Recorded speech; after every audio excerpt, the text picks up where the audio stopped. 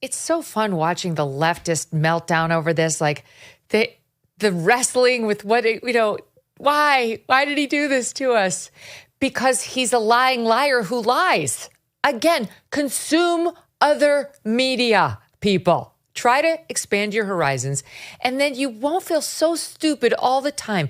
Can you imagine being one of these viewers of like MSNBC, and that's just your only news source? Like not an ironic viewer like the rest of us, who are like, oh my God, maybe he didn't collude with Russia. I mean, oh my God, maybe he didn't actually do anything wrong with that phone call with Ukraine. Jeez. I mean, maybe Trump has a point about the weaponization of the Department of Justice. Maybe those so-called experts who attacked him actually weren't really all that reliable. And now finally, maybe Joe Biden actually isn't all that honest. Is it possible he was intending on doing this pardon all along? Hello. You don't have to watch Fox. You don't have to watch this show, but you should, because we're actually very fair and we're very, as somebody put in it was one of our commenters online, relentlessly factual. Thank you, Megyn Kelly Show viewer. We are relentlessly factual. Just expand. That's all I'm asking. Expand. You don't have to eliminate MS, but you are being misled on a daily basis. That is why you feel so dumb and confused all the time as these houses of cards continue to collapse week after week, month after month. And by the way, we have an update for you on the MSNBC ratings. My God. Okay, so now you've got the New York Times, which is one of the ones that got it so wrong, now trying to spin its way out of this. You see, President Biden had a legitimate change of heart late on a Saturday evening on Nantucket last weekend under a dark sky. That's how he finally came to this realization. It was totally in good faith just up until the dark sky came. And then there are those who are speaking out publicly, attacking Joe Biden for even what they say is a legacy-defining mistake. I mean, here's what I think about this legacy-defining thing, because we're seeing that in a lot of these pieces. These are people who are mad at Joe Biden for not stepping aside earlier. They blame him for the fact that Kamala Harris lost. And while they had to go through 107 days of he's going to go on Mount Rushmore for this selfless decision to pass the baton, they really were angry with him all along because they didn't really think she could do it, and they were right. And now they got saddled with Trump 2.0, which they're very unhappy about. So now it's fine to just be like, Biden fucking sucks. And this is as good excuse as any to say, it was the pardon. His legacy is ruined. We were totally willing to go the Mount Rushmore route. It wasn't because of the loss. It was because of the pardon, because we're a party of principles and we don't break our word. So it's just super fun to watch these narratives take hold. They're all lies, as was Joe Biden's promise not to pardon Hunter, as was virtually everything Hunter and Joe Biden have ever said about Hunter Biden's Burisma and Chinese and Romanian business deals. So where does that leave us today? Well, let's bring in our pals from the Fifth Column to chat all about it. Kmele Foster, Michael Moynihan, and Matt Welch, who you can find at wethefifth.com. Guys, welcome back to the show. Thank you for having us. Merry war on anti-Christmas. We are noticing very Christmassy set. Yes. Really nice. Well, it's December 3rd. I'm leaning in. It's time. Do it. Lean into it. It's not what do you make anything. of? She's just celebrating Christmas, Matt. Well, she's just anti-war on Christmas. She's just fighting on behalf of Christmas. That's fine. We say Merry Christmas. Remember that from the O'Reilly War on Christmas? We say Merry Christmas. You'd have to walk into a store and explain that. I do wrestle every year with a Christmas card. Like, do I put Happy Holidays on there? Because I'm sending it to Jewish friends too. But in the end, I always go with Merry Christmas because, like to your point, I am anti-war on They wrote the Christmas songs. Yeah, of course. Lieber and I'm playing them nonstop. I'm driving my kids crazy. Okay. What do you make of my analysis? That is just very fun to watch the spiraling of he's tarnished the legacy. Oh, under a dark sky, he had a last minute change of heart. Like, it's very different messaging depending on which pocket of the Democratic Party you're looking at. Anyone want to take that? Megyn, I want to go after your commenter here because you apparently deal in facts, but in your monologue, you did not. You said the people who watch MSNBC should go somewhere else. They have gone somewhere else because no one watches MSNBC. So the premise of your statement is wrong. If people did watch it, I would agree with you. But as I assume we'll get to on this episode of the show, there's 7 people left watching it, and one of them is Keith Olbermann screaming in his basement. And 2 others are my producers. Yes, getting clips. It's the new view. I think, by the way, and I'm totally convinced of this, and I'm actually quite serious about this, is that I don't think Joe Biden lied about this. I think that he's so infirm that somebody over the weekend was like, hey, Joey B, do you remember that you said you were going to pardon your son? And he was like, oh, yeah, let's do that. I think that's kind of probably how it happened. I don't think he's having any revelations at this point because we can't hold those 2 ideas in our head at once, that he is completely infirm and out of it. And apparently still did that person's name rhyme with Bunter? He's an oil expert who works in China and Ukraine. I don't know who he is, but and artist. He's very, very, but he's a brilliant artist. That's right. Respect. So show some respect. The thing that gets me, Megyn, and it's reiterated the way that you introduced the whole thing, is that, people are like, this is the thing that tarnishes his legacy.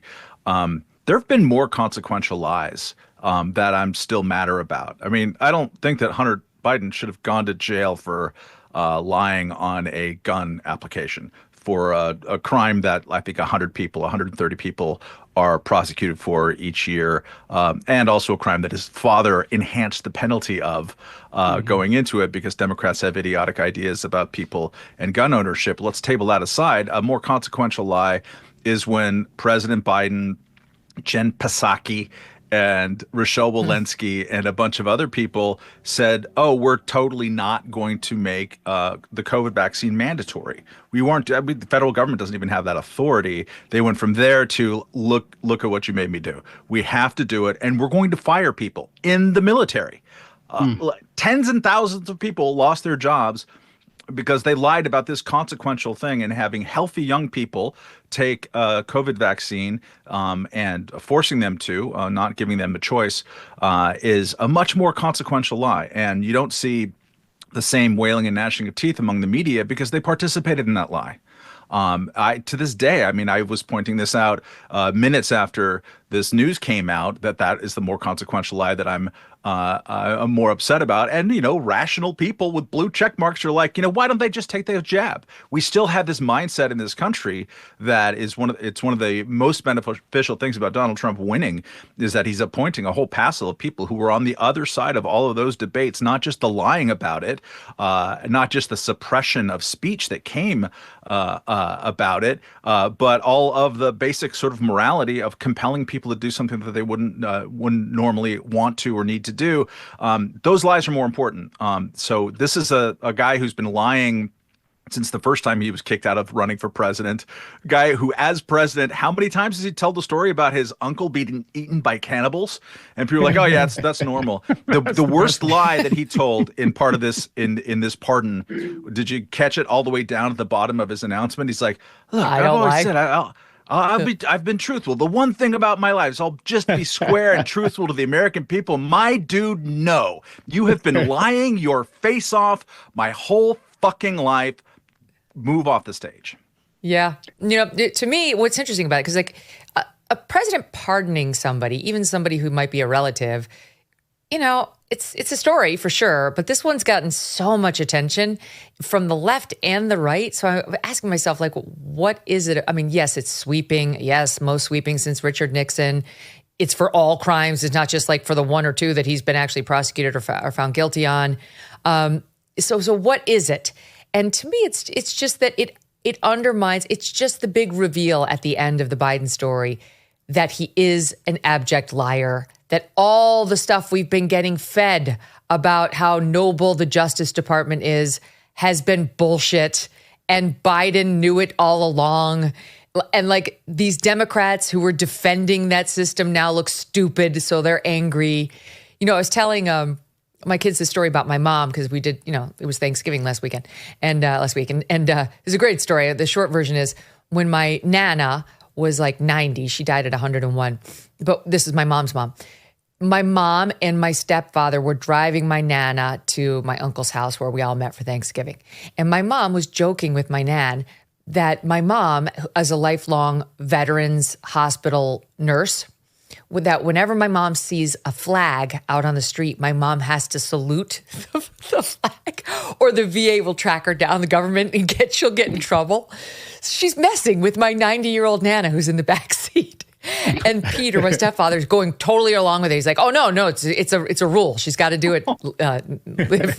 To my Nana, and my Nan's like, "Oh my God!" So my important Nan's in the back seat going, "Linda, there's one over there." And my mom's like, "Oh, that's a big one. That's the double. I got to do the double salute." So we get to my uncle's, and we all meet. And my Nan is like, "Oh, Megyn, your poor mother, she had to salute every single flag on the whole way down."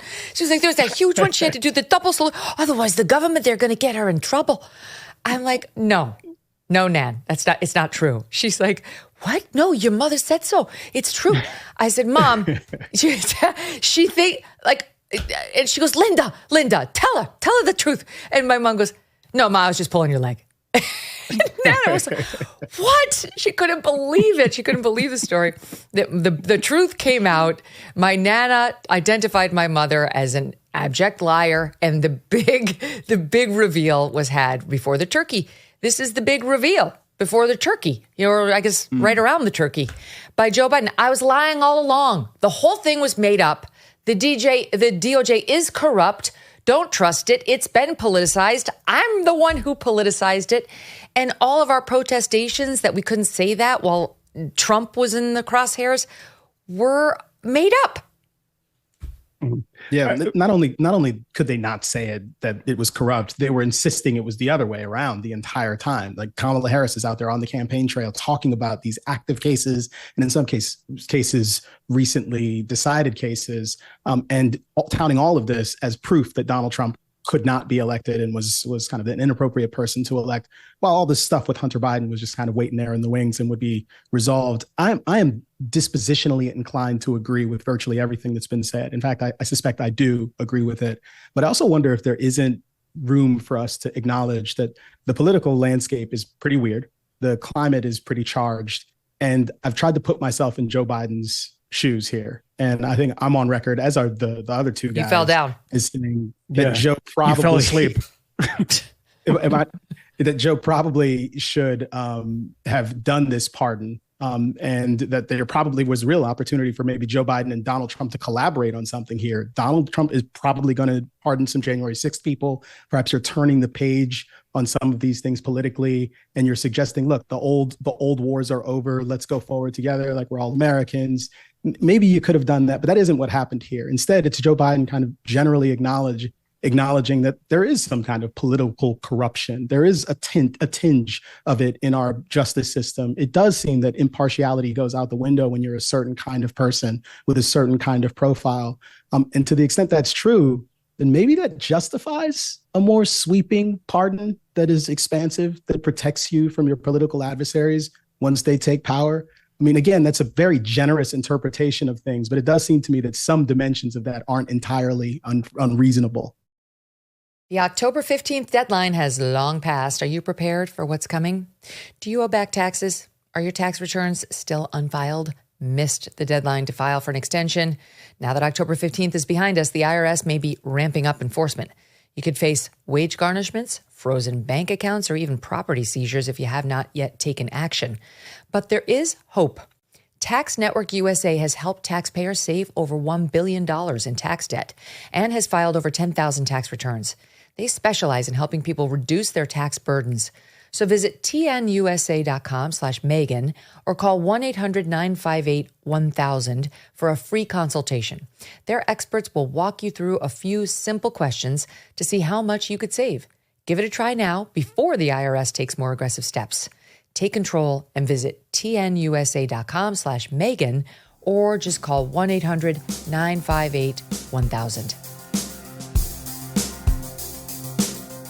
Thanks so much for watching. If you like what you just saw, hit the subscribe button for more clips and full episodes.